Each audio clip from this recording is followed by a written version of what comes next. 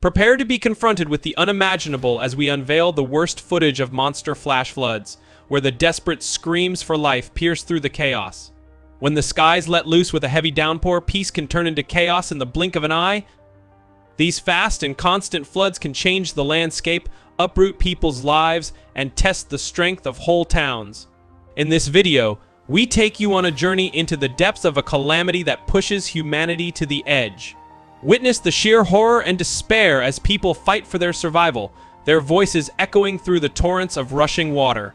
This is an unfiltered look into the worst that flash floods can unleash, serving as a stark reminder of the fragility of life and the urgent need for preparedness and support in the face of such tragedies. Are you ready for these heartbreaking events that will change the way you think about the power of nature forever? In September 2013, Colorado had a rainstorm that had never happened before. This led to terrible flash floods.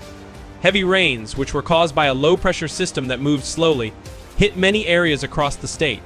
Boulder and Larimer counties were some of the places that were hit the hardest. Over the course of a week, some places got more than 17 inches of rain. The heavy rain was too much for the soil to take, so water ran off quickly and rivers and streams overflowed.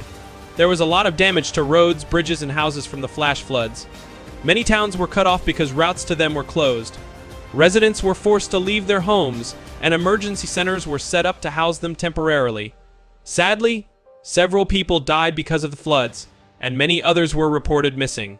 Several groups, including the National Guard, did search and rescue work to find and help people in need. For airlifts from remote places, helicopters were used.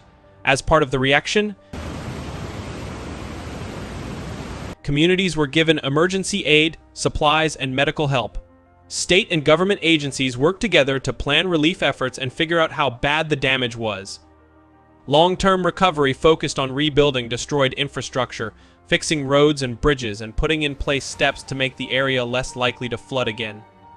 People worked to improve flood forecasts and early warning systems, as well as to improve how land is used and how floodplains are managed. In February 2010, heavy rains caused deadly flash floods on the Portuguese island of Madeira. Let's talk about this in more depth. In just a few hours, it rained about 6 to 9 inches of rain, which caused rivers to rise and hillsides to happen. The flash floods caused a lot of damage in Funchal, the main city, and in several coastal towns. The fast rise in water levels caused a lot of damage, including the destruction of houses, vehicles, and infrastructure. Disastrous, right? Roads and bridges were badly damaged by the force of the floods, making it harder to rescue people and get things back to normal. Sadly, the flash floods killed a lot of people. Dozens of people were reported dead and many more were hurt or missing. The flash rains hurt the economy of the area that was hit hard. The destruction of roads, bridges, and houses, among other things, messed up everyday life and the economy. Many companies like shops, hotels, and restaurants lost a lot of money and had trouble getting back up. During the recovery process, money came from both the government and other countries to help companies get back on their feet and boost economic growth. Madeira is a famous place for tourists to visit because of its natural beauty and nice weather. The 2010 flash floods had a big effect on the region's tourism business. Many tourists were surprised by the sudden flooding, which made their trip plans and places to stay change. Search and rescue operations were started right away to find people and help them. During the recovery phase, trash had to be cleaned up, damaged infrastructure had to be rebuilt, and vital services had to be brought back online.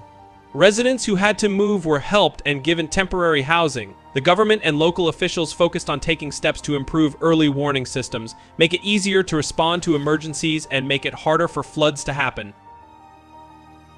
In August 2010, cloudbursts caused deadly flash floods in the town of Leh in the Indian state of Jammu and Kashmir. Cloudbursts are sudden downpours that dump a lot of rain in a short amount of time. In the hilly area, the cloud bursts caused heavy rainfall, which led to flash floods and landslides. The floods happened at night, which caught locals and visitors off guard and caused a lot of damage. A lot of damage was done to the town of Leh and the places around it. The flash floods destroyed buildings, roads, and cars, leaving a path of damage in their wake. Communication networks were messed up, so it was hard to coordinate rescue and relief operations. There were a lot of deaths in Leh because of the flash floods. Hundreds of people were reported dead or missing. Emotional, right? The flash floods in Leh not only destroyed buildings and killed people, but also hurt the area's rich cultural history. Many old buildings, religious places, and historical landmarks were damaged by the floods. The cultural identity of Leh was worked to protect by restoring and fixing these historic sites. Flash floods in Leh forced a lot of people to leave their homes and things behind because they were destroyed. Long-term efforts were made to help the injured people move and get better. This meant building new homes for homeless people and families, giving them basic comforts, and making sure they could find work. Together with local officials and groups, the Indian Army started a huge search and rescue operation to help people who were stuck and give them medical care. In order to recover and rebuild, waste had to be cleaned up, infrastructure damage had to be fixed, and important services had to be brought back online. People worked to fix roads and bridges so that people could get around again. The government also said it was important to take steps to improve early notice systems, make it easier to prepare for disasters, and encourage safe land use practices to lower future risks. On the evening of July 30, 2016, deadly flash floods hit Ellicott City, a historic town in Howard County, Maryland. It was one of the worst nights ever. The flooding happened after it rained hard and in a small area. About 6 inches of rain fell in the area over the course of a few hours, and some figures say that as much as 8 inches fell in just 2 hours. Heavy rain flooded the system, draining stormwater, which caused small rivers like the Tiber and Hudson to rise quickly. The rocky landscape of the area with its hills and narrow valleys made the floods even worse. The water quickly rushed down Main Street, the town's main road, turning it into a roaring river. The strong river currents carried things like cars, trees, and other items, causing a lot of damage. Can it be worse? The flash floods did a lot of damage to buildings, infrastructure, and companies on Main Street. The force of the water turned over or carried away cars, adding to the chaos. Many 19th century buildings in the town's ancient district were badly damaged. 2 people tragically died because of the floods, and many others were hurt.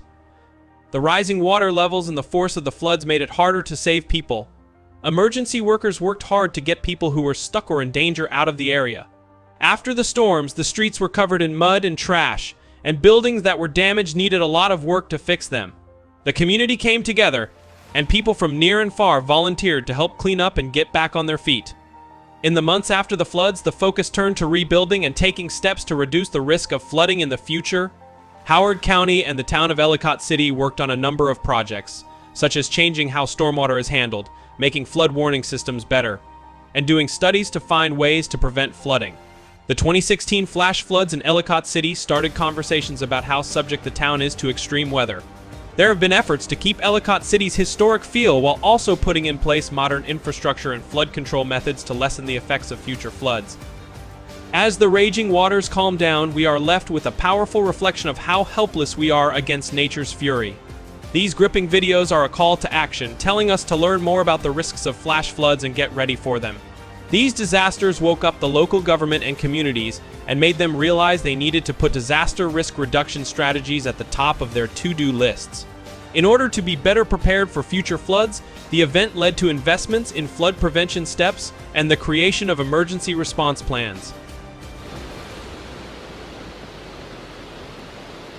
Let's stand together, united in our desire to protect our communities, improve how we respond to emergencies, and take steps that can lessen the damage done by these kinds of disasters. We can make the world safer for ourselves and future generations by being strong and ready, so that cries for help turn into stories of survival and hope.